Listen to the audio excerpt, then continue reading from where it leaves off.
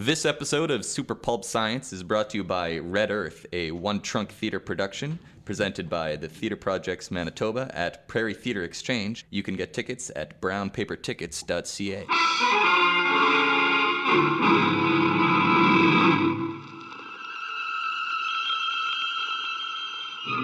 Attention, citizens. It's time for Super Pulp Science. Hello, this is Super Pulp Science, where we talk about how genre gets made. I'm here with my long-suffering co-host and producer, Dan. Hello. And Justin is late. His coffee's getting... Not late. His coffee's getting cold. We technically started a bit early. His oat milk is cooling. And we started a bit early, but I've got things to do today, so we're gonna just get this. We're gonna be here for you, people. I have a defective coffee cup lid. I just spilled coffee on myself. You have a drinking problem? Is that what you're saying? I have a drinking problem. It tastes delicious, but it just spilled. It's fine. So I brought something for you. Okay, what is it? Which you haven't seen yet. Oh, cool. Red Earth. This is the book. This is the... Can I look at it? You can look. Of course you can look at it. Is it a spoiler to look at this before the show? Maybe a bit of a spoiler. No, it's not. Well, kind of. But the books arrived. They're printed. They exist. They are wonderful. I love the cover stock. The colors turned out so great. And I'm pretty excited about it. I got back from Calgary the day before yesterday, and I immediately went to work back at... the theater to go through final run-throughs. They've been doing final rehearsals and doing cue to cue, which is like setting up the sound lights and all the cueing related to our animations. And this is incredible. This book is really, really cool. So for the dear listener who doesn't know what we're talking about, we've talked about Red Earth in previous episodes, but Red Earth, the book, is an epistolary novel about a colonizing adventure on Mars, but it's really, or it begins that way. It starts as a technical manual. It turns into a journal, and then it becomes a letter. And I'm a big fan of epistolary novels. I'm a big fan of graphic novels, and I thought, could I smash those two ideas together? And that's what the book of Red Earth became. But it is also a play on the main stage at Prairie Theater Exchange. Opening today? Yeah, opening today and running for the next 10 days. And man, is it ever cool to watch all of those moving parts come together into a live event. And then also to know, for people who haven't gone to theater, I highly recommend that you spend some time seeking out some theater companies in your home cities, because theater is, when done well, it's this magic that completely fills that moment where you are. And then it's gone. And there's no recording of it. There's no way to watch it again. There's no way to say, oh, that was my favorite episode, right? You can go back to the same show again, but almost every show is slightly different. Yeah. People have a different energy. They deliver a line a certain way, which then evokes another emotion from the other actor. Something might happen. Something might be improvised in the spot, that kind of thing. So many different moving parts. And so you get this, even the most well-rehearsed theater is an improvisational event every time it's performed. Yeah. This is very cool. This is really, really cool. I love it. Good Machine on the back. Yeah, it's our second book with the Good Machine logo on the back of it.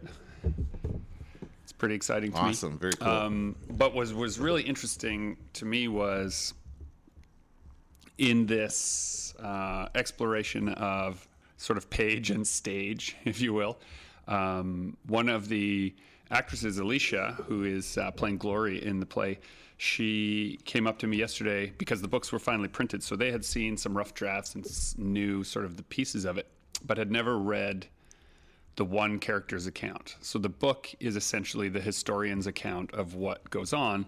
And the conceit of the play and the book are that the history that you know is a history that's decided upon.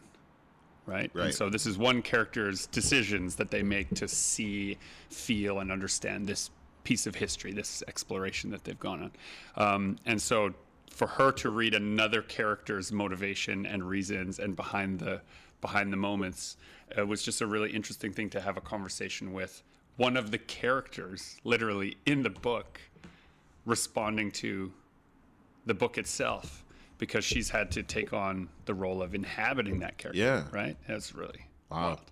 So Congratulations and good luck with the show tonight. And I'm going to come see it for sure. Can't wait to see it. yeah, comics have taken me some weird places. Lads, here's the stinking ring. We were talking just before the show started about some. Okay, so dear listener, just before, we'll probably have it edited out. We were just about to start the show, and then an enormous flotilla of fire trucks went screaming past the studio. And Dan told us that since he has secret access to Winnipeg newsrooms, that this is a thing that's been going on. Well, it's not secret access. I work in a newsroom That's part-time. secret? It's not a secret that I work there. Well, not everybody gets to get in there. I know, but so I work part-time at a local station here, CGOB. Just reading the news in the morning on weekends, just kind of a part-time gig. And one thing we've noticed over the last couple months is that there have been a lot of fires in Winnipeg, a lot more than usual, and that's kind of stuff you see. Right. You see a lot of trends. We're counting homicides. We're counting all kinds of stuff. It's not great. It's not great news overall Right. in the newsroom, but we do also cover some cool news. Last weekend was Free Comic Book Day. Last weekend was a great weekend for fandom. Right. It's Free Comic Book Day on May 4th. May the 4th be with you. It was Star Wars Day on the same day, and then some people go Revenge of the 5th on the next day, and I think that's a little bit much, but that's my own personal preference. I mean, I'm not gonna dissuade anybody from celebrating their fandom, but that's not my favorite Star Wars I usually movie. forget about May the 4th. And really? so I like Revenge of the 5th. Okay. It's it finally comes onto my radar, and it's oh, right, yeah, I'm still I have cred. But for Free Comic Book Day at CGOB, our morning show host, Clay Young, he's been around a long time. He's gone from CTV News to Brandon and all over the place. And he was host of the weekend morning show, and he had on Justin from Galaxy Comics, which is a local comic book store, and basically talking about the idea behind Free Comic Book Day and how it started and what it's done for the industry and that kind of stuff, which was great. And then we just kind of started talking about comic books on the show as we went along.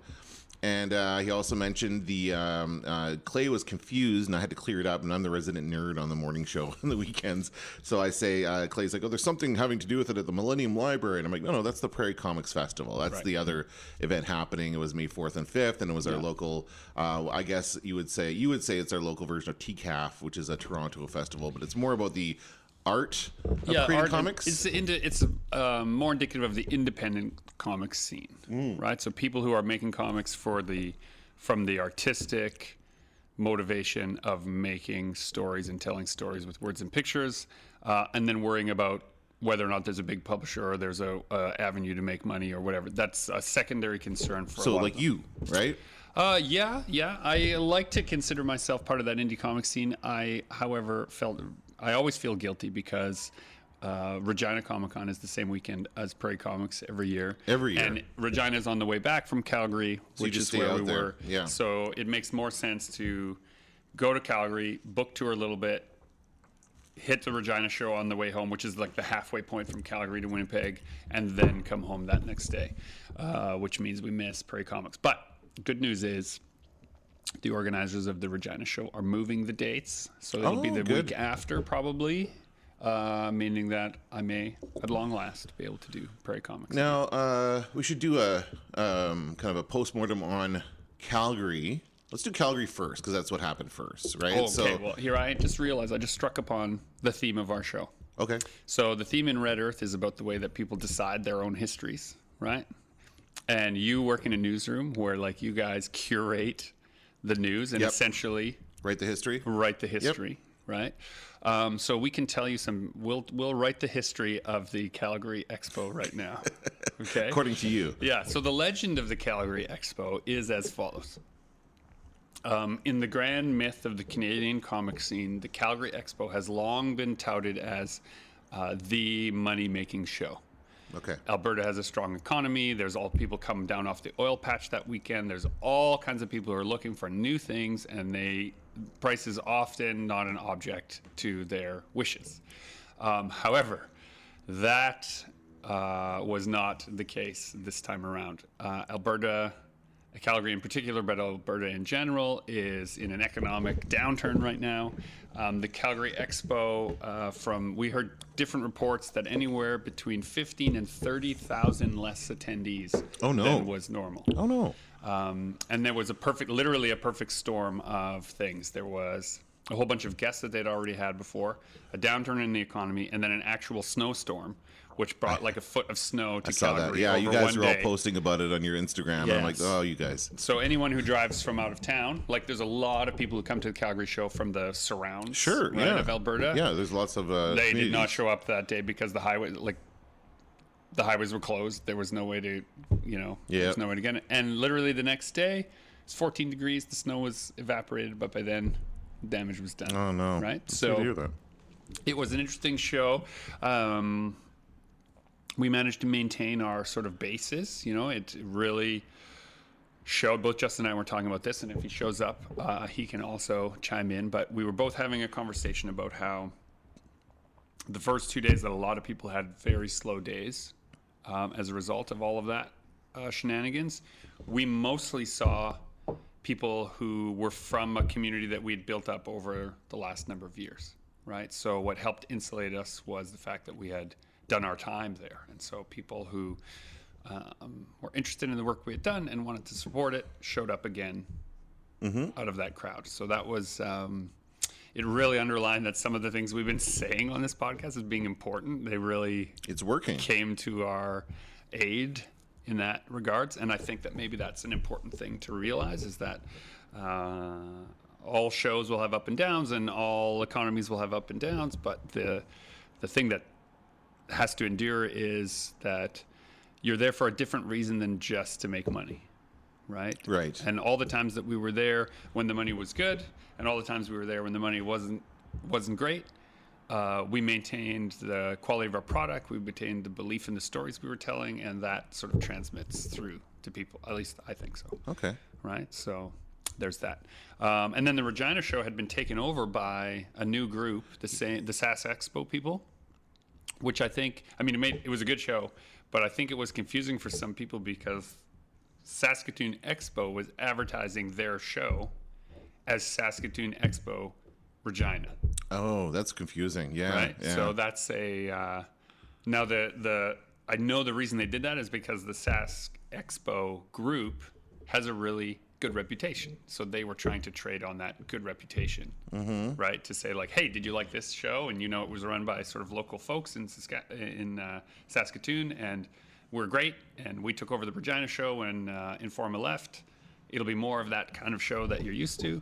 So I know what they were doing, but I do think, social media was kind of a mess because you're hashtagging Regina, Saskatoon for a comic show. And a lot of people find and navigate their way to and from those shows through social media, at least a certain demographic. For sure. My question is now, just quickly, Informa now, for those who don't know, Informa runs Fan Expo, the Fan Expo chain Right. of cons, right? So they had for the last 4 years done Fan Expo Regina, Yeah. right? And that was traditionally in April. It was towards the end of April, early May. And then they pulled out this year. They did not. That's right. They're no longer doing that. So that's when these guys came in. These guys were running. Now, didn't these guys sell Saskatoon Expo to the group that eventually got bought out by Informa, or what's the? I don't know how What- the politics of that So goes. the logo I'm thinking of, there was a group that did a logo, and the logo was a girl with a cowboy hat. That right? was okay. So that was Calgary Expo. Okay. Used to also run Saskatchewan. Saskatoon. Okay. And then when Calgary got bought by Informa, Right. which is the Fan Expo, Yeah. right? Then that changed. But they don't hands. call it Fan Expo Calgary. No. They've been trying to, and because Calgary had such a good reputation as its own show, the Fan Expo didn't want to switch all the branding. They were kind of hoping to maintain that. Fair enough. But I think it'd be probably to their benefit. I think right now, if they were to pivot, now this is just me armchair quarterbacking their media strategy, but given that they had a really down show and it was still under the old brand, I think a smart move right now would be to rebrand it as a Fan Expo show. Probably. Right. I could have sworn they did have Fan Expo Calgary before they bought out that convention. They also did a Fan Expo Calgary. Oh, and they might have, maybe they competed. I think they did. I'm sure I know somebody who went to Fan Expo Calgary. Anyway, so then you go. So these guys who did the Saskatoon show took over that date, and they ran their own show on the traditional date of Fan Expo, but they called it the Saskatoon Expo Regina. Yeah, right. Why not just Sask Expo? Sask stands for Saskatchewan as well. Good point. right? Good point. Yeah. Just Sask Expo. Sask Expo. Well, that is what maybe that is their. I don't know. It's hard to say though. Yeah. Sask Expo. If you say it 5 times fast, you might say something inappropriate. Dear listener, please say it 5 times fast. Dear listener, you could try saying this very quickly if you'd like. Also, I slit the sheet, and the sheet slit me. Try that a few times. No, it's not fast. that. It's I slit the sheet. The sheet I slit. Upon the slitted sheet I sit. You could try that one too. That's the one I know. Yeah, you already went twice as fast as I would have risked or dared on the podcast. Mom! Dad! It's evil! Don't touch it! If we're talking about how you sort of make your history, right? Even I'm doing it right now. The show was a down show, but I'm finding all the silver linings, right? Yeah. And maintaining that as and it's really important, I think, if you are trying to live an intentional, creative lifestyle, that when things don't go the way you hoped, you realize that you can't plan for everything, and instead you have to just take from it the good parts. Take the good parts. That's absolutely great philosophy, even if the show doesn't go the way you hoped it would. And I would certainly say that I've done, two FanQuest shows now, and they haven't gone the way I hoped it would either time, but I always take the positive out of it. Right. I always try to learn from my mistakes and focus on the great stuff that happened, and and live in the moment during the show.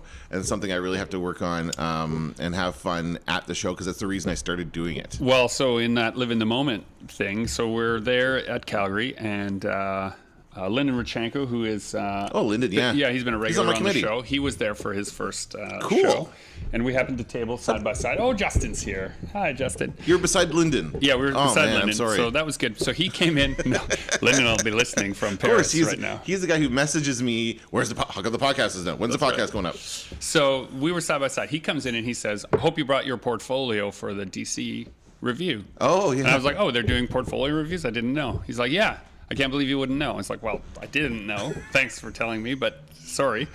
And then I got to thinking, and I was like, well, this is trying to pivot on where the show is and where it might be, right? Mm-hmm. So I said, well, I've never done a DC review. That could be cool. Sitting down with a mainstream comics editor when I come from indie comics land would be a good thing. So, but I didn't have a portfolio with me. Okay.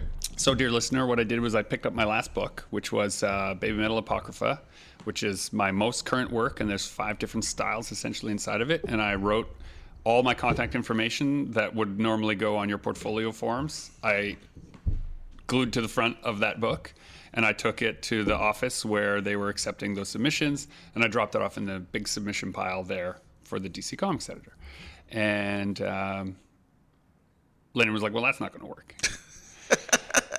Did he also submit? No, because they were doing art reviews only. Oh, okay. They weren't doing written stuff, and they weren't doing letter reviews. It was just for art. So I came back from doing that, and I swung by Scott Henderson's table, who is another Winnipeg, and he's been on the podcast before. And I said, Scott, and the thing about Scott, which I think Justin could chime in here.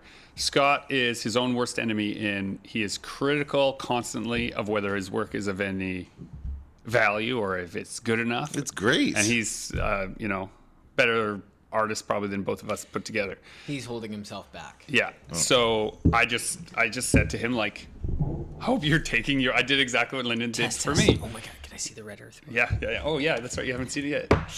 So he's like, well, I don't have a portfolio. And I said, well, neither did I. So let's both be the ignorant assholes that just tape our contact information to the front of our most recent books, and let's drop it off. What's the worst that could happen is they say no, but we already have a no. Right. The default is no. Right. Well, it turned out, dear listener, that we caused a bit of a stir as being, of the 3 people that got portfolio reviews, it was 2 Winnipeggers, and there was a big stack by that second day that Scott had his stuff in there. And we did it by giving in our work. So you got in. So we got to sit down with DC.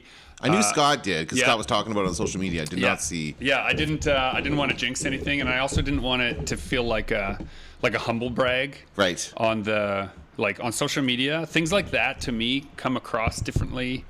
Scott was like, oh man, I'm nervous about this, but that's excited. Right. And it was I didn't see it as a bragging thing at all. It's like, wow, it's a great opportunity for him. that is where he was coming from, Right. right? So when he goes on social media, he says, I'm nervous, right? But I wasn't nervous about it. So to say, like, hey, great, I got this thing and I'm not nervous about it, that would have been kind of shitty, right? Because the way I set it up was not that I like, oh man, I hope I get to draw Batman or Superman or something. It was, I get to take work that appeals to a certain audience and take it to a place that creates work for a very specific different audience and ask, what are the parts, what are the ingredients in my work that fit that audience and what are absolutely not, and where is that space in between, like to get an actual comics editor to break it down. So that was a really cool experience. It was supposed to be like 20 minutes and we were there for like an hour and a bit. So that was another thing. The editor, who I'm not naming sort of on purpose, I feel like that will cast undue suspicion and or favor on that person if we just name drop them. We're not pals, right? So I don't want to do that. But it did go very well. Okay, cool. It did go very well. Congrats. And part of the step there is that you then, if they like it halfway decent, then they ask you to send some test pages, which is what they did. And so stay tuned, Cool. dear listener.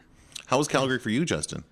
It was good. I had 2 booths at Calgary. It's the first time I've kind of had 2 separate booths. The way that it's set up now, we have the Big 4 building, which is the Artist Alley, and we have the other, what's the other building called? BMO building, Yeah, the BMO, yeah. which is vendors. And so there's a lot of ground to cover. There's a lot of people there. And I just felt between the 2 separate buildings, I was missing a huge chunk of the crowd being in only one. And I'm also at the point now where I have so much work that I was able to separate my portfolio into older work and current work and fill 2 booths quite easily. Yeah, you've done 2 booths like in Toronto where one is sort of premiere items like canvases and big posters, and then the other is your regular But it was stock. the same. Yeah, it was the same portfolio. It was just a little more limited in one of the locations. This time it was 2 completely different portfolios, and it worked out really well. And the thing that I kind of hoped for, but I didn't really know what to expect, but people kind of treated it like a treasure hunt. Like they wanted to find the other booth to see what exactly was different Once they about found it. out that it was different. Yeah. So we were constantly sending people back and forth, and we'd carry on the deals at both booths. So it was like they got to see like more of the same stuff, but then it was added value. If they wanted something else, they got to like the deal carried on. And for those of you wondering, the practical application of like how do you, if you offer a deal, how do you carry it between both tables? If they're carrying the art, that's their proof of purchase. That was right? the coupon was Yeah. the bag of artwork from the other table, and people like that. Okay, so your deal is, what's the deal is buy 3 get 1 free or something like that, or how does that It's work? basically at different thresholds. So Right. depending on what show or what day of the show, sometimes we have to offer different deals to like be the throttle limiter on what's happening. But as a general rule, if you bought a bunch of artwork, the rest of it is either half price or sometimes free. Okay. And so it's very easy to keep track of that if the person has a giant bag of art. And Yeah, they show so they up. come there, they've already purchased 2 at one table, and then they go and they can still carry forward and get the rest Exactly, at another yeah. table. Oh, Yeah. for sure, that's great. Yeah. Yeah. So that worked out pretty good. Now, what would be cool in the future would be to figure out some way to have like everybody who is sort of in the Just Us League, right, have that as an option. Just Us League? Yeah, well, so that's what I've been calling when Justin, Sam, and I are in the car and everything might go wrong. I say, don't worry, the Just Us League is here. That's the title of this podcast. But she's not here. We can't call it that. Okay, well, it's future title of a podcast. Sam, we miss you. Sam is Feel better soon. Yeah, we hope you feel better soon. Because we have things for you to do. Oh, and also we Harsh. miss you. Yeah. You're a bad person. She gives back as good as she takes, so I'm not too worried. O great one, O supreme being, O creator of all the universe, without whom will be naught but scarab beetles on the... Dreadful mess. Is the pig with you? Well, as long as you're giving your opinion of Sam, why don't you give your opinion of my new book here that's in front of you that I haven't seen until now? Yeah, I like the size. I like the format. It is like nice, tiny. It feels like, it reminds me of the that book you gave me that was like an airplane ride book. Joaquin Phoenix did the movie adaptation of it. Oh, yeah. I know who you're talking about. Quick, Google it. But then we'll cut around it like we knew. Something about knowing a name. It's a great book, man. Great little book. I didn't see the movie, but I love the book. It just makes me think like it's not a huge commitment. It's like snack size graphic novel. Actually, there's quite a bit of text in here. Yeah, well, and that's you were never really here. You were never really Great. I was way off. Who wrote that? Who wrote that? Oh, I don't know. I just looked up the movie. Okay, so the story itself is fantastic, and it's super short. And I picked up the book sort of on a whim. I heard from someone else that the story was really good. Took it on the plane, read it in one sitting. Just a single plane ride. And Jonathan Ames. So Jonathan Ames wrote this story, and it was, to me, kind of a revelation in the fact that I got so much joy out of this essential, a little bit too long to be a short story, a little bit too short to be a novella, right? A single serving book was so refreshing and wonderful. And I think I'm thinking about that too, because Claire brought that up a couple times with our new book, Gear and Sea. Yeah, and she's worried that it's too short. Yeah, like a lot of her demographic, a lot of her customers are looking for really thick books that are going to take them some time to chew through, like, between the 400 to 800 page, like, big novels. Right. And our novel is 210 pages, right, which for them is like they'll consume that in like an evening. Yeah. And but that's I think there's also that demographic which that's good for. Yeah, we're also not charging $40 for it. It's like $15. It's like less than the cost of going to the movies, and you get an entire day. And I mean, if you're a slow reader, then it takes you 2 days, right? Like, or if you read it on the bus or something like that, it'll take you a couple days. And I go back and forth. Like I used to be that person who wanted, like, if it's not 600 pages, it's almost like not worth the commitment. But now more so, I want like smaller little snack size. Books here and there, and you go back and forth. So I think, it's a different crowd, different thing, but that's something that's been on my mind. Difference between watching a half-hour TV show and a 2-hour movie, right? And what I hope the sort of trick with Red Earth will be, one of the reasons why we made it this size, is that on the surface it looks like a quick read, but because it's epistolary and there's all these like great gobs of text, sort of interstitially spaced, that you feel like you're going to just power through it super quick, and then there's long moments, well, at least we hope, of some contemplative elements that cause you to flip back and say, oh, is that what that meant in those series of pictures? Oh, is that what they were recording? And so it's intended to be a book that you explore. You can power through it for sure in one sitting, but maybe when you think like, oh, is that what that meant? You can go back and check. I often say that sometimes I think my claim to fame is that I don't write books that are good, but I write books that are hard. And so people sometimes equate the one with the other necessarily. So, I mean, I like them. I hope people like them and think that they're good. But I do believe that a challenging read is an important step. Sure. Right? Mm-hmm. So, and that Jonathan Ames book, I'm so glad you looked it up, because I hate talking about a story without giving the author credit. It's a book I've now read 3 times. There's a lot packed into that very short story. So you can revisit, and it doesn't feel like you shouldn't. It's like your favorite episode of a show. You might watch it a few times because it's just 40 minutes, right? This just makes me think. I watched the just popped up on Netflix, Prospector, I think, sci-fi movie about a father and daughter. Set in a sci-fi universe where like all the technology is like has been used, reused, broken, fixed, and then they keep using Prospect. The reason I was really excited about this is because I saw the short film this was based off of years and years ago. That's always fun. Yeah, so I immediately recognized this as, this has something to do with that short film that I loved like a decade ago. It's like seeing La Jetée before you saw 12 Monkeys. Right? Which I did. Yeah. Sorry. So just that idea of like doing something short serving size, and if there's really something there, they did a great job of like capturing the essence of like, it's a short 5-10 minute film. I can't remember the name. I imagine it's probably something to do with Prospect. Right. But then they expanded it into a 2-hour movie, and it was great. And that's the thing. Like even Red Earth is a good example for all the work and all the people and all the moving parts.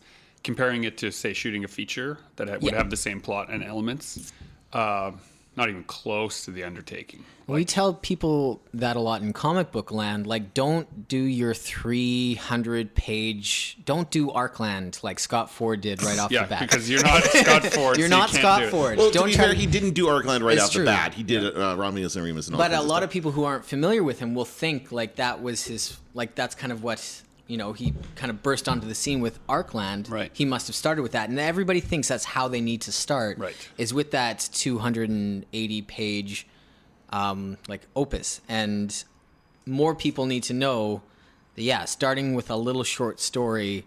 Not only that, you prove to yourself that you can do it. Yes. When you finish things, right? Like nothing makes you more capable of starting a new project than finishing the past project, right? And I feel, you know, so I have some guilt right now because, you know, some stuff going on in my personal life plus my business life and all this stuff has left a few arenas of my life unfinished. Like I have a whole bunch of baby mail commissions that need to still go into the mail. I have a whole bunch of stuff for Good Boys that has to be finished for the new draft. I have all of these things that feel like they're the unfinished looming specter. And for the dear listener who knows what it's like to have an unfinished book, it's like this, or maybe who doesn't know, it's sort of like you look up and you see the moon and you're not sure if it's going to fall on you. Right? You're afraid to look down at what you're doing because there's this big looming thing that you have yet to finish. And so it eats up a whole bunch of your mental space. And FedEx has arrived. Hello. Oh my gosh, is this the lost box of Red Earth? I bet it is. Lost box of Red Earth. Did you guys talk about the Red Earth shipping excitement? No, we did not. We were only talking good news, but we can talk Only good news. Well, it turned out to be good news. So we were gone and kind of off the grid. He's about to open that box with a plastic knife. Instead, I found this broken pair of scissors. What were you going to open it with? A plastic knife that was on your desk. Well, I just reached for a handle. God, it was so hard. I have a plastic knife. Listen, I'm fragile. Didn't you hear the looming lunar surface over my head? Okay, sorry. So you guys, you did Calgary, you did Regina, and you were gone And in for 2 between weeks, there, essentially. we kept busy as well. I got a lot of work done and a lot of errands. And Yeah, so did You guys I. did, We like, did a book things at launch. chapters? Yeah, we did a bunch of we stuff. did a book launch. Yeah. Okay, so as long as we're gonna have to say bad things about Friesens here, though, if we're gonna do this. So I'm sorry, Friesens. You came through in the end. But one of the things that they didn't do was normally when you have a book printed, you can assign shipping addresses for portions of the print run. Sure. As you can imagine, if you're a big publisher, this is important because it goes to the distributor to say, I want these 10,000 copies to go. Just take them straight from the plant to this main distributor.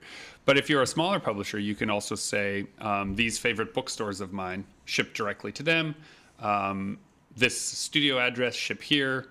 Where the bulk of the printing is supposed to go, ship there. So what we asked them to do was deliver the bulk of the books to Prairie Theatre Exchange, because everyone who goes to see the play gets a copy of the book. So that's great. And then send this box, which just literally arrived from FedEx while we were on the podcast. This is 14 days late, and it's arriving today. This was supposed to find me in Regina. Oh, okay. So it was just 2 locations they had to ship to. Yeah. One quick box to Regina, the other... No, bulk. 3. They had 3 to 3. send it to, and they sent it to none, or they only sent it to one of those 3 locations, and one of them arrived literally here on the podcast instead of where it needed to be for events. I'm assuming that it got lost in the shipping dock. It looks like it's been through something. Maybe. But it's been through hell. Yeah, maybe it went to Mars and back. Maybe that's what happened with it. But that kind of stuff, you get a big shipment. Like I used to work in shipping and handling, or shipping and receiving, and there'd be like these big, a bunch of boxes going out, and there'd be if one box is labeled with a different address, it just gets kind of set aside and then forgotten about, kind of thing. So I'm sure that's what happened. But it's not typical. No. Usually our Friesens experience is we give them those addresses, the books show up where they're supposed to. Instead, books arrived at the one place we said we wouldn't be, which was here at the studio. Well, and in the same month, Gear and Sea came out, and we gave them 3 addresses as well, and all three shipments went out when they were supposed to and got to where they were supposed to. And so And we've done. And that was the one I was involved in, so I'm okay. That's all you care about. That's all you care about. Yeah, between us, I think we've probably done 10 books with Friesens. It's the first major hiccup like that. And it was obviously human error or something like that. Like you can't. I guess. You can't predict that. But when the robots run everything. It'll be so nice. Robots. They'll do everything. Return of the map. It will bring you great danger. Stop now. The theme of our episode, Justin, is the way that we decide on what our history is. Oh. So, like what you tell about what happened. Yeah. That's the history. Yeah, that's sort of the theme of Red Earth we were saying, and then that's also the secret of their life that Dan leads in the newsroom when he's not in the classroom. Yeah, is also about sculpting that experience. By the way, getting back to that for a second, when I mentioned to Clay Young, the host of the morning show at CJOB, that I knew he apparently had no idea there were local comic book creators. That was news to him, and so people, how many times do people say, "Where are you from?" when you're here at a local Winnipeg show?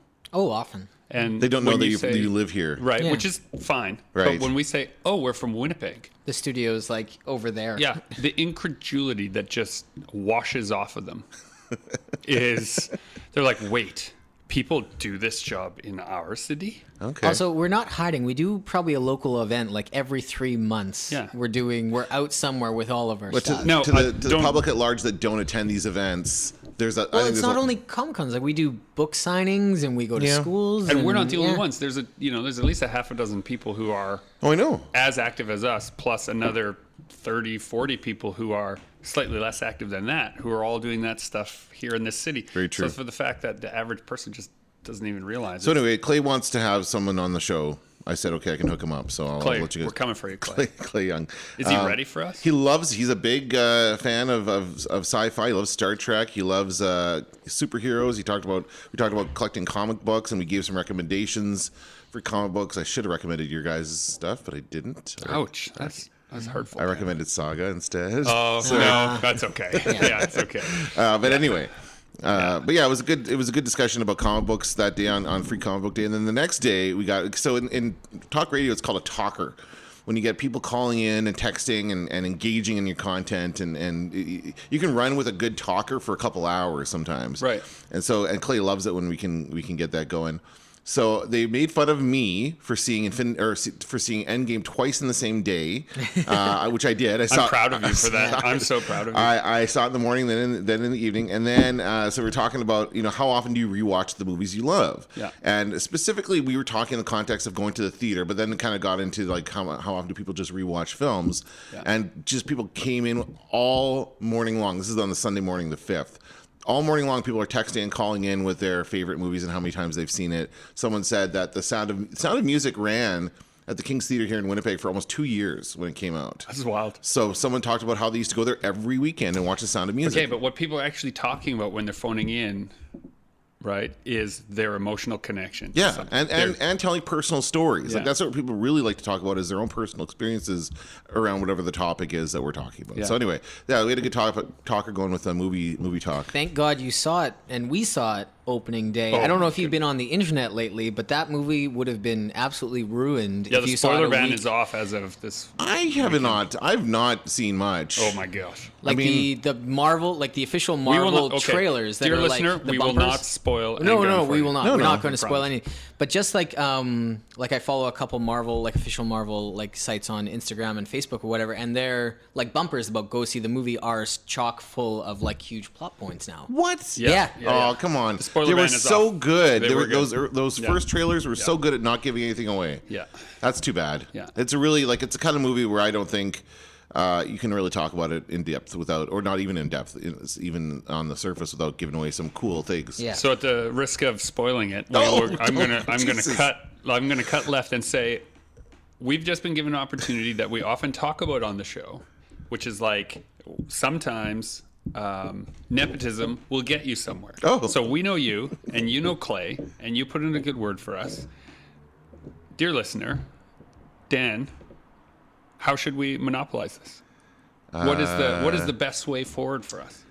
for being on the show. Yeah, let's have that discussion. Let's talk about it. The timing of it would be important. What's coming out? Well, the thing is, like, if you look at it from this is kind of like basic PR kind of stuff. But if you look at, like, from his perspective, he wants to be talking about news, current events, right? Which is not necessarily, hey, come on here and talk about all the comic books you've ever done. It's going to be going, what's coming out now? What's the new thing? So for you guys, it could be around Gear and Sea, because that's the newest thing coming out. It could be around the next con you're going to. Hint, hint, hint. Oh, Talk about FanQuest. Yeah. And actually, I've had another host there, Tom Milroy, who was, of course, in Winnipeg, a radio legend, but he now does the weekend show as well. He wants to have me on to talk about FanQuest as well. So it's just a good idea for you guys to first of all get in front of an audience that is probably not aware of who you are. Great thing there, and then talk about Gear and Sea. Talk about the newest novel, which you guys didn't write, but is based on our IP. Your I'm ID. super excited about the book launch for that. Yeah, it's happening here. Claire's coming in, and so there's that. And I'll talk to Clay. He's actually out of town this weekend, and I'm busy this weekend with other stuff. So I'll see him next weekend. But maybe we can help that indie comic scene a little bit. It's a shame we didn't realize this sooner, because I really could have. We could have had somebody in for Prairie Comics Festival. I think that would have been a good fit. Now that I realize that he didn't know about it, because he's had stuff on before. Like, he did have someone talking about Manitoba Comic Con. I just don't know how connected he is to that world. And now that he knows I'm more connected, I will help him get more guests on. I'll leave the internet sleuths will be able to figure it out, but there was a reporter that was following up on some Red Earth stuff. They called me while I was out in Calgary, and they called Andrea during rehearsal, and they sent photographers yesterday to the show. But what I found interesting about it, and you can tell me if this is true or not, my perception, true or false, I'm not sure, but was that most of the story was already written, and that I was being called to confirm or deny certain assumptions that had been made within the story. Is that a thing that happens? Yes, that's absolutely a thing that happens. Probably for a newspaper. It's either the Free Press or the Sun. Right, it was for the newspaper. But what I found interesting was how often I had to interrupt the narrative that was being placed on our project to correct them. No, in fact, this is what our reason for it was. This was our motivation, and this was our intended result. Yeah, absolutely. Is that a thing that happens? They're trying to probably trying to be efficient, and they're looking at all the materials they have in front of them, and they write out kind of an outline of the story of what they think it's going to be. So it makes me annoyed. It makes me angry when someone comes with it. But I'm here. The empathetic side of myself is asking you, Dan, tell me their side. Why is it that they do this? And why shouldn't we be that upset? I would be upset if they're gonna get something wrong. You don't want them to do that. Right. So absolutely, I would be upset. Did you? I guess the finished piece. I haven't seen the finished piece. Okay, so hopefully the finished piece takes into account what you told them. Yeah. But then now you're worried about it, saying, well, what else have they come up with that I didn't get a chance to hear? Right. But I would say the main reason for doing that is to save time, because you have journalists these days are tasked with doing a lot of different things, more than they ever have before. Yeah. Overworked, underpaid. Right? Yeah, exactly. Yeah. So they want to, okay, here, I'm going to write a piece on this. I'm going to look at the website. I'm going to look at all the materials in front of me, write up what I think this is about, and then go get some quotes to fill it in. Right. That's not the way you're supposed to do it. Hold on. Pause for more fires. It's a busy day in Winnipeg. That's not the way you're supposed to do it. You're supposed to go out. This is not the way I do it either. You go out, you get the quotes first. You talk to the people first. Then, on the way back to the office, you formulate the story in your head and start thinking about it, and then you write it down. Right. That's the way I was taught how to write journalism. Right. And the way I do it now is for radio, so it's a little bit different in that I listen to an interview and I pick out my clips first. It's like in radio, the equivalent of a quote is a clip, so it's just like a 10 to 15 second soundbite of somebody saying something. Right. I pick those out. I listen to the whole interview, and then I formulate the story around those sound bites. So in media, Justin is an occasional media darling here in Winnipeg. Oh, yes, absolutely. When those roving TV cameras are just like cruising through events, and then they like spot the ziggurat of Chasing Artwork stuff, they usually Ziggurat. Right, they usually come check it out. Right. What is it they're actually after? After like a good for the dear visual. listener who is like, how do I get some media attention? What are they really after? They're after a good visual. A good TV visual. is always after a good visual. Right. That's. I mean, sometimes in my opinion, it's to the detriment of the story. They don't really get to the true story if they're just Right. focusing on what things look like. So that being said, have you ever felt like they were just there for the good pan shot and not really interested in what you had to say about it, Justin? No, not really. No? You felt well served? It's pretty straightforward for you guys because you show here's his table, and here's the guy who did it. That's very simple. That's a very simple story to tell. So Yeah, it's it's not. always been pretty genuine. There is one of my first TV appearances was when I moved into right after working in video games. I moved into my own studio, and I was working on Cassie and Tonk, and I got some CBC came by. Yep. And the cameraman who was there during the interview was the same guy who was sent to Comic-Con like year after year after year. So it was like there wasn't usually a guy doing interviews with him. He was just getting B-roll or That's just right. taking shots. Yeah. But he recognized me every time, so I felt like I had like an in, and I was getting a lot more screen time than I was supposed to, just because we recognized each other from Right. years ago. So that was But, cool. from the other side of it, that's more newsworthy, right? If they feel like you're a fixture of the local scene, they're more likely to show more Well, they're of it. certainly more interested in the local person does well. That's a great story. And for example, last year when we had FanQuest, we brought Pablo Hidalgo in. Right. He is a local boy done good. Yeah. And they loved that, and they would much rather have him in. And I got him interviews everywhere because of that. And they much rather have him than Nicole DeBoer, who's in Star Trek or was in Star Trek, but is from Toronto and doesn't really have anything connected to Winnipeg. If I were creating a world, I wouldn't mess about with butterflies and daffodils. I would have started with lasers. 8 o'clock, day one. Sorry. When they just send a camera person to a con, they're just gonna say the Comic-Con happened today. They'll get some stats probably from the con organizers about this many people came and this many vendors, including the names of the guests, and they'll show some B-roll. They'll show Justin selling some stuff with a voiceover. Right. That's just a quick. That's not a proper what they call a pack. A pack is like a proper news story where they have the reporter doing a stand-up with their microphone talking. That would be if there was.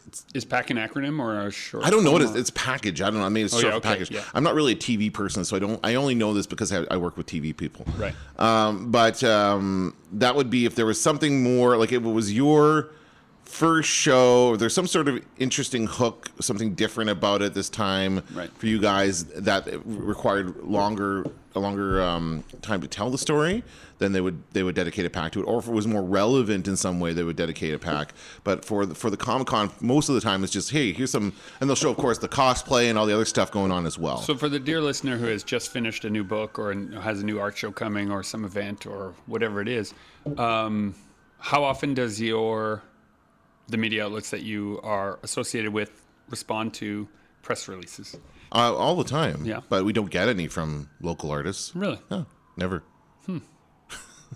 From nobody local sends you a press release? Not that I'm aware of. Just national stuff. So is that why the No, local boy local people will send us press releases, but it's all like it's the University of Manitoba or it's like local organizations, right? Not like you guys. I've never received it. Well, no, and we're just talking about this now, but you would do well to send out press releases from Good Machine about the book launch of QNC. Right. You'll get some play on that for sure. Interesting. Yeah, we don't get artists don't tell us about their shows. They'll, if they have a contact in the media, they'll just send them a message saying, "Hey, I have my show opening. Right. Come check it out." But I certainly think that something like an art show would do well on TV, especially if it was something different than your typical art show, Right. like something with around fandom or around comic book artists and stuff like that. There was a cosplay show a few weeks back at the University of Winnipeg, wasn't there? A couple local cosplayers did a show there, but I don't think they got any media attention. They should have sent out a release. Right. Is there a pro tip? Do you have a pro tip for media releases? Oh, geez, we can get right into it. Be as clear as possible. Don't use flowery language. Make it simple, easy to understand, and say, hey, if you have more questions, contact me here, kind of thing. Right.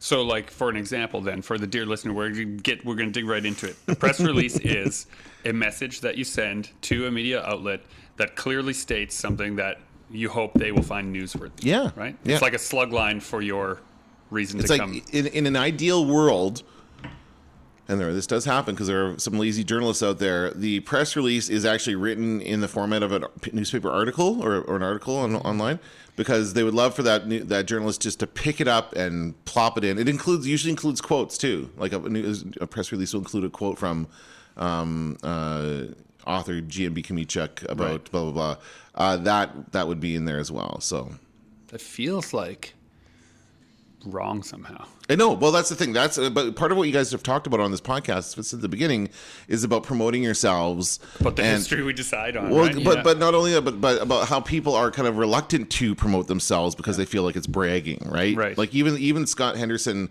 I mean, the fact that he got a sit-down thing with DC is great for his brand. And of the two of us, he's the one that deserves it more. Like his style actually is way better. Yeah. Well, but it's different. I think that. Maybe what they picked out about you is that your style is different than your traditional kind of comic book style. But yeah, he is. That's great that he's being considered, and that's something that he should promote more. But he's probably reluctant to do so because he's going to feel like it's bragging, right? And maybe it is. Maybe people would agree with that. But it's kind of a fine line. You have to take the risk, Decide your own and you're bragging. history. Really, you're just bragging to the media. Yeah. You're bragging to newspapers and radio And I guess you stations and TV shouldn't stations. have to apologize for your accomplishments. No. Right. Yeah. It's a tricky. But yeah, business. definitely. And as a show organizer myself, I am sending out news releases for FanQuest, letting people know that it's happening, letting people know here are the dates. I am working to set up interviews with people on morning shows. I've done this both years, and I'll do it again this year. Morning shows on radio, on TV, and looking for newspaper articles to be written about the show beforehand. Beforehand is obviously better because then people will know about it beforehand. Yeah. Morning show with Claire would be good. Oh, that would be awesome. Yeah, Yeah, she would be good at it too. But even I would say, even getting coverage during or after the show is fine as well. Any coverage is good coverage. Yeah. So if they send a camera on the Sunday and shoot some stuff on the Sunday and then put it in their news as just a visual with voiceover, that's fine with me because then people will realize, oh, this is the thing that happens, and they might at that point look it up and then like our Facebook page and then be aware of it next time it comes around. Right. So that there's no such thing as bad publicity. That is absolutely the case. Right. So always be willing to do interviews, even if your event's over. You know what I mean? Like, don't worry so much about being ahead of the game. Right. Morning shows, talk shows are more likely to talk about your event before it happens. Newscasts will talk about it likely either during or after. That's just the way it works. Oh, so interesting. Yeah. Now we're pondering all kinds of things, which I think. I bet you Sam knows all this stuff already. Well, this is the thing. We also know it, but there's a difference between being aware of a thing and taking a moment to have a conversation about its nuances. Sure. Right? Like before you decide things, you should discuss them with the people who have some experience in it. And I honestly, I did say that there are some lazy journalists out there, but there are many unlazy. What's the opposite of lazy? Hardworking journalists. Relentless. Well, even diligent, to the point where they do not like their stories being served up to them on a platter. So sometimes it's a tougher sell for those journalists to get them to want to cover a story. Right. So you really have to give them a reason for it, and you might have to work for it a little harder than for other journalists. Are you saying we should seek journalists with less integrity so that we No. Any journalist is good. Anytime you can get your story out is good, but and I don't think you'd be able to know which ones have less integrity or not. That's here true. In Winnipeg anyway. I don't know about in the US, but you might have to like give them a little bit more information or come at it from a different angle and just convince them that it's a valid story to tell. Right. You know what I mean? And it is all about the story. Like, what's interesting about this? What are people gonna want to hear about? It can't just be I have another show coming up. It's got to be something really different. Right. So that's what we're doing. Added value. Yeah. Kind of like a new experience. So last year for us, it was Pablo's coming home. Pablo's a Winnipeg boy, works for Lucasfilm. Yada yada yada. This year, I'm not sure of the hook. I'm still working on the hook. Certainly, Gear and Sea could be one of them. Yeah. The launch of a novel based on what was previously just a visual comic book world. Oh, yeah, like a local Winnipeg studio IP that's branched out into new media. Into new media. And Red Earth is also that as well, because it's not strictly speaking a graphic novel either. That's right. And both are under the new Good Machine logo. Yeah. Yeah. Right? It looks good, by the way. Good job, Justin. Thanks. Yeah. Okay, this has been Super Pulp Science, where we talk about how genre gets made. I hope you will join the fight and make comics.